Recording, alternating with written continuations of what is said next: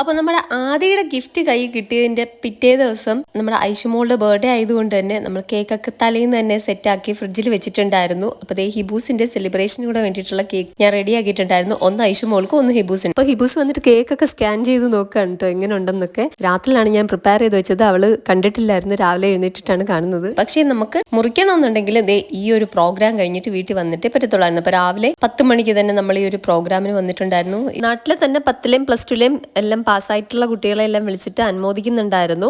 High score കിട്ടിയില്ലെന്ന് വെച്ചിട്ടോ അല്ലെങ്കിൽ full A+ കിട്ടിയില്ലെന്ന് വെച്ചിട്ടോ ജീവിതം അവിടെ അവസാനിക്കുന്നില്ല. നമുക്കൊരു വീഴ്ച പറ്റിയിട്ടുണ്ടെങ്കിൽ അത് നെക്സ്റ്റ് ലെവൽ ഉയർച്ചയിലേക്കുള്ള ഒരു ചവിട്ടുപടിയാണെന്ന് മാത്രം കണ്ടാൽ മതി. ട്രാൻഡ്രത്തു നിന്ന് വന്ന ഒരു സാറിന്റെ കരിയർ ഗൈഡൻസ് ക്ലാസ്സും ഒക്കെ ഉണ്ടായിരുന്നു. അപ്പോൾ പുള്ളി പറഞ്ഞത് കൂടുതലും ഇതിൽ നന്നായിട്ട് പഠിക്കുന്നതും ഫുൾ A+ കിട്ടുന്നതും ഒന്നും ഒരു കാര്യമല്ല.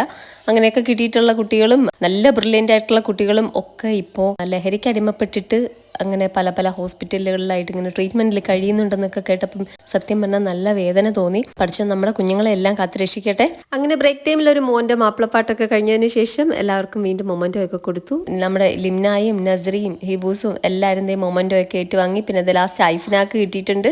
ഐഫിനാക്ക് എല്ലാവർക്കും അറിയായിരിക്കും, ഹിബൂസിന്റെ ഫ്രണ്ടാണ്. അതെല്ലാം കഴിഞ്ഞ് നമ്മൾ വീട്ടിലെത്തിയതിന് ശേഷം ഐഷുവിന്റെ കേക്കൊക്കെ കട്ട് ചെയ്ത് കഴിഞ്ഞു. ഇതിപ്പോൾ ഹിബൂസിന്റെ കേക്ക് ഉണ്ട്. അപ്പം എല്ലാവരുടെയും കൈ പിടിച്ചിട്ട് അവൾ കട്ട് ചെയ്യുകയാണ്. അപ്പം അതൊരു ഹാപ്പി ഡേ ആയിട്ട് അങ്ങനെ